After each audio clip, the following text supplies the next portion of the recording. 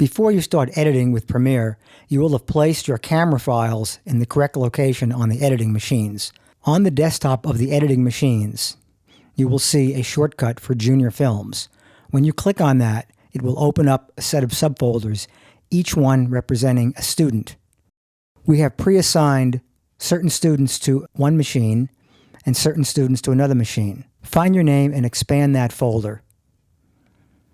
You'll then see we've predefined the first film that you'll be making, the belonging film.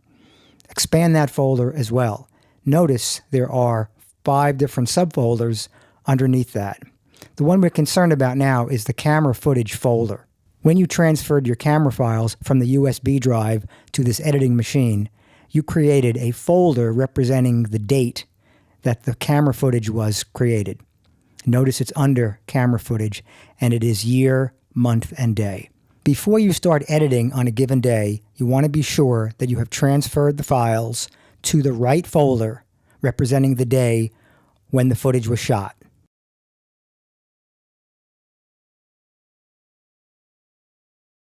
The next step will be to actually start the Premiere application. Click on the icon on the desktop for Adobe Premiere Pro, and you'll see the application launch.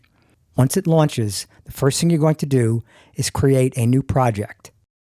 When the new project window opens, you'll click on the Browse button. You will navigate to Junior Films, find your name, expand your folder, expand the film on which you're working, and then you're going to click on the $Premiere Projects folder. This is the folder where you will keep the project file or files for this given film. Once you have navigated to the $Premiere Projects folder, click on Choose. Then a new project window will come up. This is where you will replace the untitled name and give your project a real name. And it should be the name of the film. I like to always add a number after the name of the film. This way, if you have different versions of this film, you can keep them separate. Once you've typed in the name of your film, followed by a number, click the OK button. The next step will be to import all of the clips that you've shot for a given day into your project. Click on File, click on Import, and once again navigate Junior Films, your student name, the name of the film, and camera footage, and then the date. Now you'll see all the clips. Click on the first, hold the Shift key, and click on the last. All the clips will be selected. Then click on Import.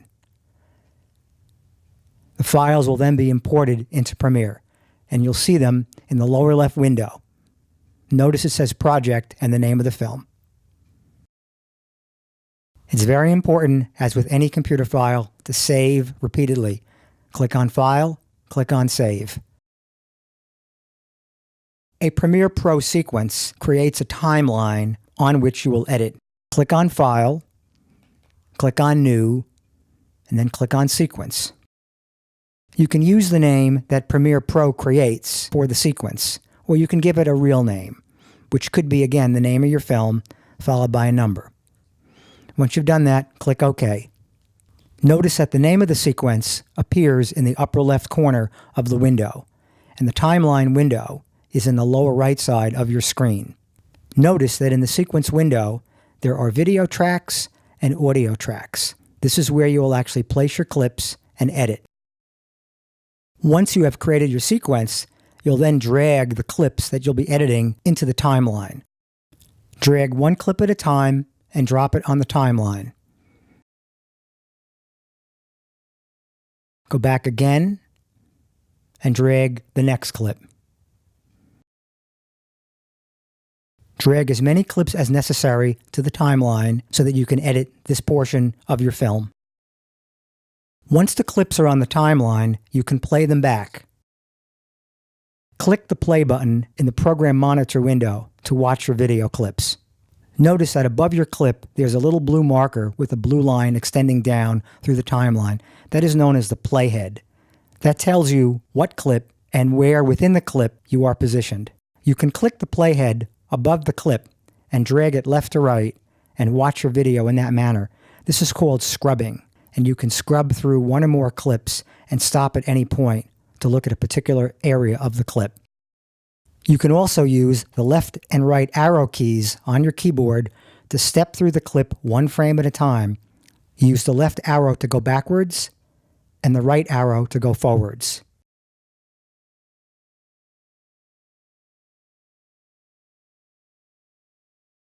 The left side of each clip represents the in point or start point of each clip. This is the moment after you pressed the start button on your camera. Conversely, the right side of the clip represents the out point or the end point of the clip when you press the stop button on your camera. If you place the mouse pointer at either edge, click and drag, you can adjust the length of the clip. So you're shortening the clip either from the start point or you're shortening the clip from the end point. This is known as trimming the clip.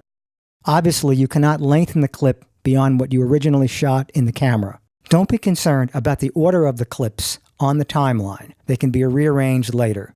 Notice that while you're playing, scrubbing, or single frame stepping through your clip, that the time counter shows you exactly where you are in hours, minutes, seconds, and frames. More than likely, you'll need to move clips around on the timeline or insert different clips. It's very easy to do. You need to create enough space between clips to move in a new one. Give yourself plenty of room when you're moving clips around. When moving clips around, don't be concerned about the gaps between the clips. We'll show you how to close those gaps in a moment.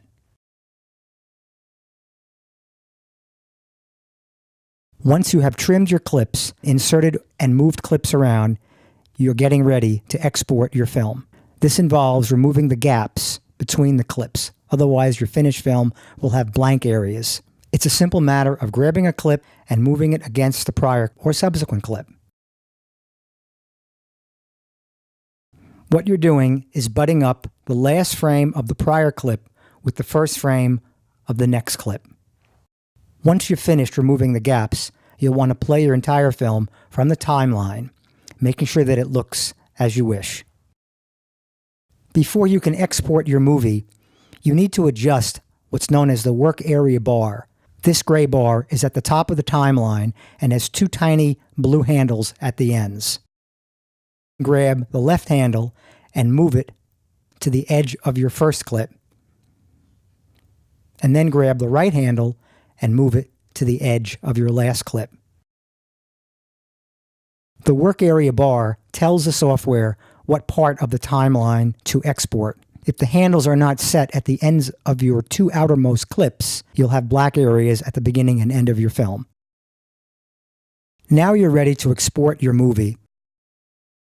Exporting, sometimes known as rendering, creates a single file from all of the individual clips or files which represent your movie. Click on File, Export, then Media. Once you've done that, an Export Settings window comes up. The most important field in the Export Settings box is the output name. This is the name you're going to give to your finished movie.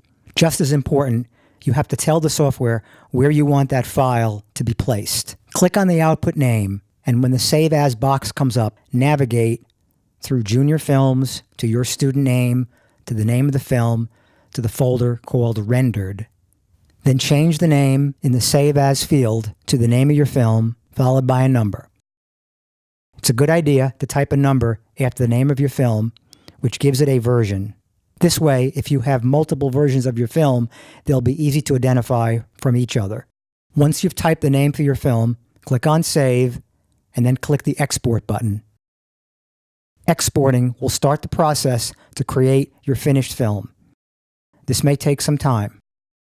Once the export has completed, the completed film will be in the folder called Rendered. Now you can click on your completed movie file and watch it. The following two opens were created with Adobe Premiere Pro with some help from Adobe Photoshop.